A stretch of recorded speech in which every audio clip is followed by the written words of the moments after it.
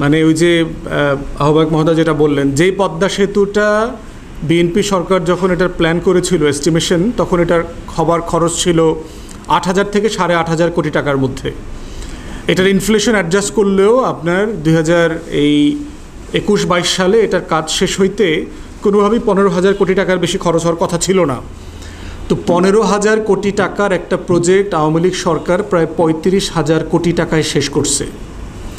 এই পদ্মা সেতু প্রজেক্টের সাথে রেল লাইনের প্রজেক্ট ছিল না, কারণ যারা অরিজিনাল প্ল্যান করেছেন তারা বলেছেন এটার প্রয়োজন নাই। আপনারা বুঝবেন যে গ্রামের সাথে বি গ্রামের একটা কানেকশন দরকার, একটা পথ দরকার। আপনি একটা ব্রিজ করে দিলেন, আপনি কি এখন আবার একটা এয়ারপোর্টও করে দিবেন? আপনি কি একটা ট্রেন লাইনও করে দিবেন? প্রয়োজন আছে? প্রয়োজন নাই। তাহলে যে কানেক্টিভিটির কথা বলা হচ্ছে, আমাদের তো অলরেডি রিভার কানেক্টিভিটি সেখানে আছে। আমাদের এই আরিচা, তারপরে আরও অন্য যে ঘাটগুলো আছে, এগুলো তো ফাংশনাল রিভার পয়েন্ট আছে। আমাদের একটা রাস্তা দরকার ছিল, রাস্তা করেছে।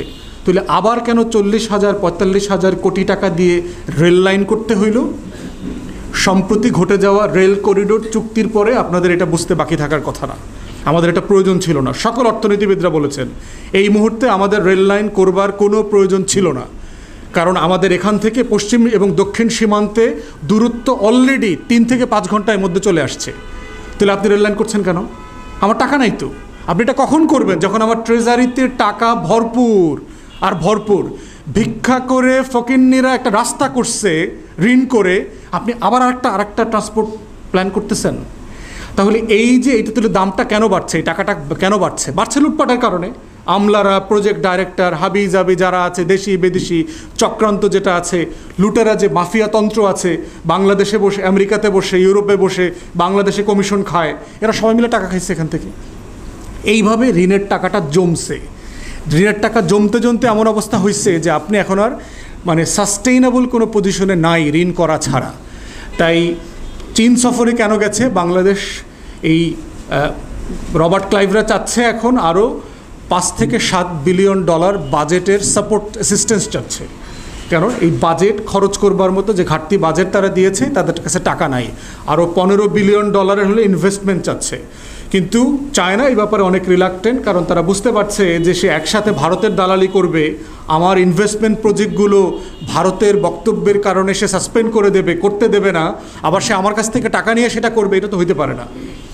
তো এই কারণে চায়না আগের অনেক প্রকল্প, 23-24 বিলিয়ন ডলারের যে প্রকল্পগুলো চলমান ছিল, তার অনেকগুলো প্রকল্প সাসপেন্ড করে দিয়েছে, ফান্ডিং করছে না। তো বাংলাদেশের সাথে তাদের যে আলোচনাগুলো চলছে, এখানে তারা বাজেটারি সাপোর্ট যেটা দিয়েছে, এটা তারা তো ঋণ দিচ্ছে। যে কোনো দেশকে তো ঋণদাতা দেশের তো লাভ, সে সুদ পাবে, ইনফ্লেশন অ্যাডজাস্ট হবে, মূল টাকা ফেরত আসবে। যেভাবে IMF $1.2 বিলিয়ন দিল গত সপ্তাহে। তো এইভাবে ঋণ দেওয়াতে একটা বড় ব্যবসা, এবং সারা দুনিয়াতে চায়নাকে এই জন্য লোন শার্ক বলে, যে হাঙ্গরের সাথে তুলনা করে, যে ঋণ দিয়ে হাঙ্গরের মতো করে সে দেশটাকে পরে খায়। পৃথিবীর বহু দেশকে যারা ঋণ শোধ করতে পারে নাই, সেই দেশের সম্পত্তি, দেশ, শহর সে খেয়ে ফেলছে।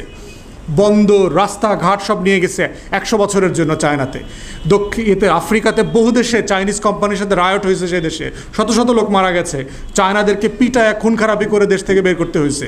তো সারা দুনিয়াতে চায়নাকে লোন শার্ক বলে। হ্যাঁ, আপনি ডেভেলপমেন্টের জন্য টাকা নেবেন, কিন্তু সেটা ন্যায্যতার ভিত্তিতে নিতে হবে। বাংলাদেশের ক্রেডিট রেটিং যেহেতু খুব পুয়ার, পৃথিবীতে কেউই এখন কম সুদে বাংলাদেশকে আর ঋণ দেবে না, সবাই অনেক বেশি সুদে দেবে। পদ্মা সেতু করতেও অনেক বেশি সুদে টাকা নিতে হয়েছে।